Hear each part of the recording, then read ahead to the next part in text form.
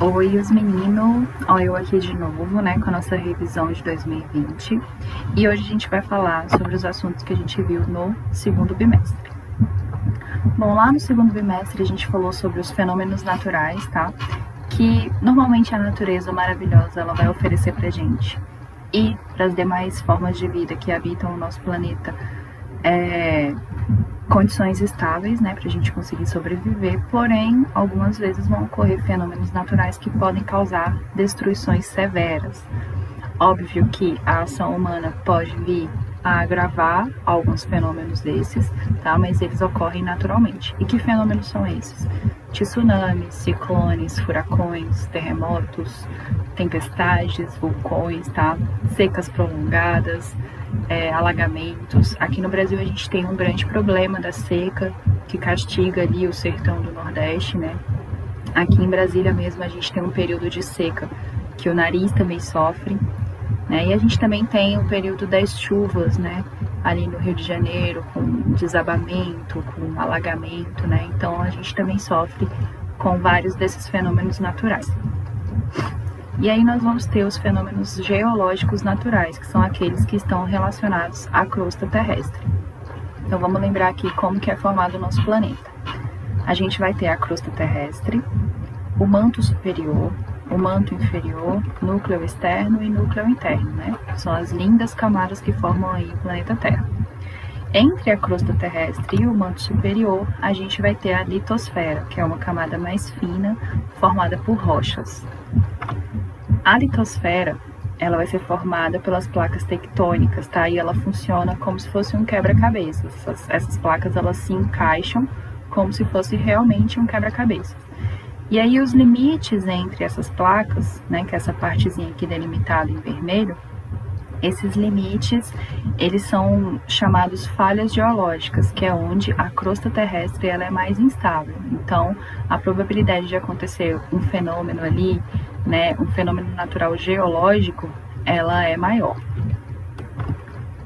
Bom, e aí os movimentos da litosfera, eles podem acontecer no nosso dia a dia, podem ser imperceptíveis ou eles podem acontecer de forma mais abrupta, né? E aí a gente pode sentir.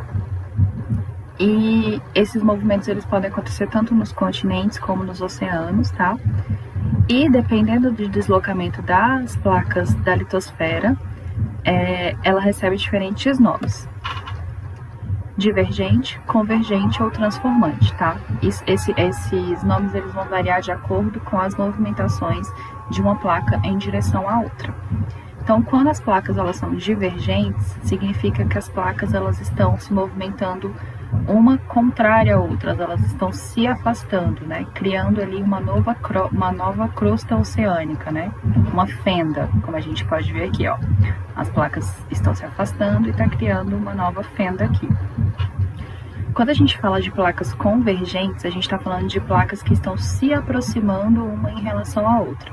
E aí o que é que acontece? Quando elas se chocam aqui, uma vai mergulhar, né, em direção ao interior da Terra, e a placa que for mais leve, ela vai se enrugar aqui e vai formar as nossas cadeias montanhosas. Dependendo da pressão, tá, que for feita aqui, com esse mergulho, com esse enrugamento, podem se formar também os vulcões, tá? Os vulcões, eles nada mais são do que montanhas que tem os cones por onde vai ser liberada essa pressão que está no interior da Terra. E nós temos também as placas que tem a movimentação ali transformante, que elas vão deslizar, né, lateralmente e vão poder também se atritar uma em relação à outra.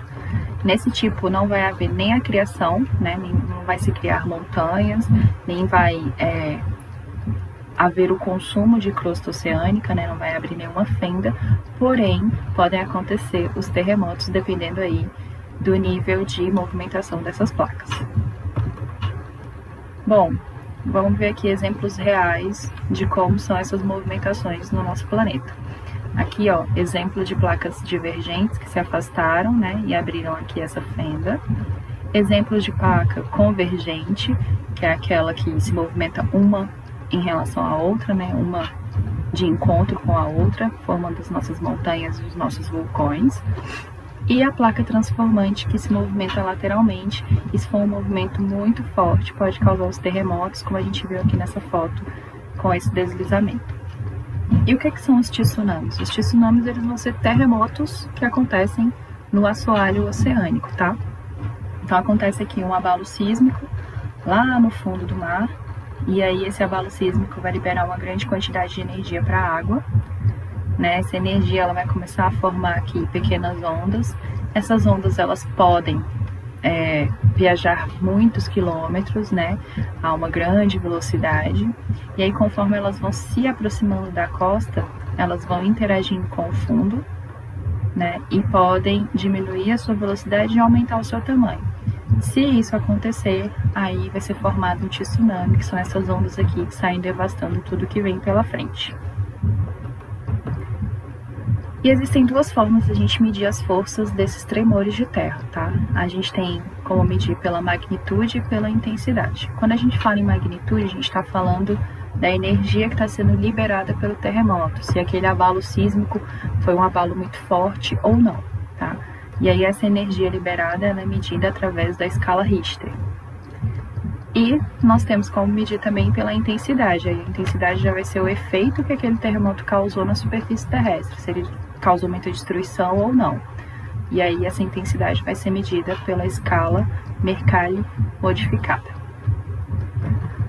Bom, gente, o Brasil, ele está situado aqui distante das bordas, né, da placa sul-americana, graças a Deus. Então, por esse motivo, ele não sofre tanto com os fenômenos geológicos, tá? Como ele está distante, a gente sabe que aqui essas delimitações em vermelho, elas são as partes que são mais instáveis, né, são mais suscetíveis a ter fenômenos geológicos. Então, como o Brasil está distante, ele fica aí isento de fenômenos geológicos mais graves.